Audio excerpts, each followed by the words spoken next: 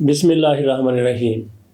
ज़हीम यासीन की फ़ेसबुक पर पोस्ट ने बहुत को याद करा दिया, ना सिर्फ याद करा दिया बल्कि काफ़ी हद तक रुला भी दिया। यासीन वट्टू उनके वालिद हैं। 1 साल कबल उनका इंतकाल हो गया। बागो बहार शख्सियत थे। यासीन वट्टू इल्मुल आदाद के माहिर थे, इल्म नजूम जानते थे, क़ियाफ़ा शनास थे और माहिर फ़ल्कियात भी थे। एक मुलाकात के दौरान यासीन वट्टू साहब ने बताया था कि वो कश्फुल कबूर भी हैं, कि किसी कब्र पर चले जाएं तो उनको पता चल जाता है कि इसके अंदर मरने वाले के साथ क्या हो रहा है। यासीन वट्टू 1 साल पहले दिल की तकलीफ़ के बायस फौत हो गए थे। यकीन कीजिए, मुझे ऐसा नहीं लगता कि यासीन वट्टू को हमसे बिछड़े हुए 1 साल हो गया है। ऐसे लगता है कि कल की बात है। जिस तरीके से वो हमारे पास आते थे, हम उनके पास जाते थे। यासीन वट्टू साहब से जान पहचान तो नवाए वक्त में हुई, लेकिन जब मैं कराची से लाहौर शिफ्ट हुआ 1996 में, तो यासीन वट्टू साहब वफाकी कॉलोनी में रिहाइश पजीर थे। मैं भी वहीं पर रहता था।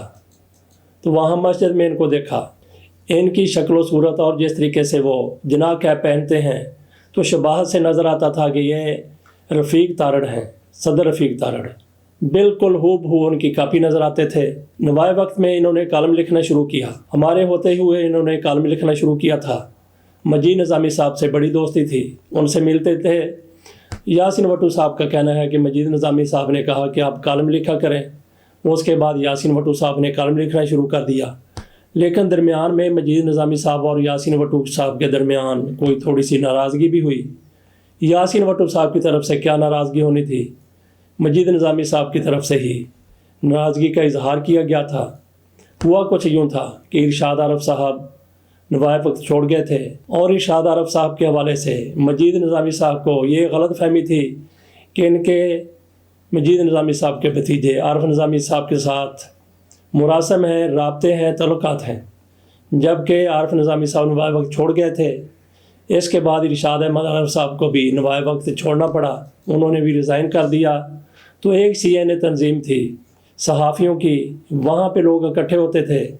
तो वहाँ पे इरशाद आरफ साहब भी जाते थे, दीगर कई लोग भी जाते थे। तो यासीन वट्टू साहब भी उस तंजीम में हफ्तावार जो प्रोग्राम होता था उसमें शिरकत करते थे।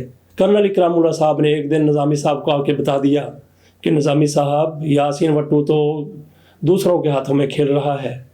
तो उसके बाद मजीद निज़ामी साहब ने नाराज़गी का इजहार किया और यासीन वट्टू साहब के कॉलम बंद हो गए। वो कुछ अर्सा फिर पाकिस्तान में लिखते रहे। इसके बाद मजीद निज़ामी साहब के साथ फिर इनके राब्ते बहाल हो गए और फिर नवाए वक्त में उन्होंने लिखना शुरू कर दिया। यासीन वट्टू साहब आखिरी दिन तक, फिर जब तक वो ज़िंदा रहे, नवाए वक्त में लिखते रहे। गुज़श्ता साल इनको दिल की तकलीफ़ हुई, हॉस्पिटल में दाखिल हुए। चंद रोज़ हॉस्पिटल में दाखिल रहने के बाद खालिक हकीकी से जा मिले। यासीन वट्टू साहब का हल्का इरादत बहुत वसी है, उनका एहतराम करने वाले बेशुमार हैं, उनसे अकीदत रखने वालों की कोई कमी नहीं है। यासीन वट्टू साहब ने अपनी उम्र के आखिरी दिनों में हज भी किया था। यूँ समझ लिए कि यासीन वट्टू साहब दरवेश आदमी थे, किसी के साथ किसी किस्म की मुखासमत नहीं रखते थे, किसी किस्म का कोई अनाद नहीं रखते थे, इबादत गुजार थे, तहज्जुद गुजार थे।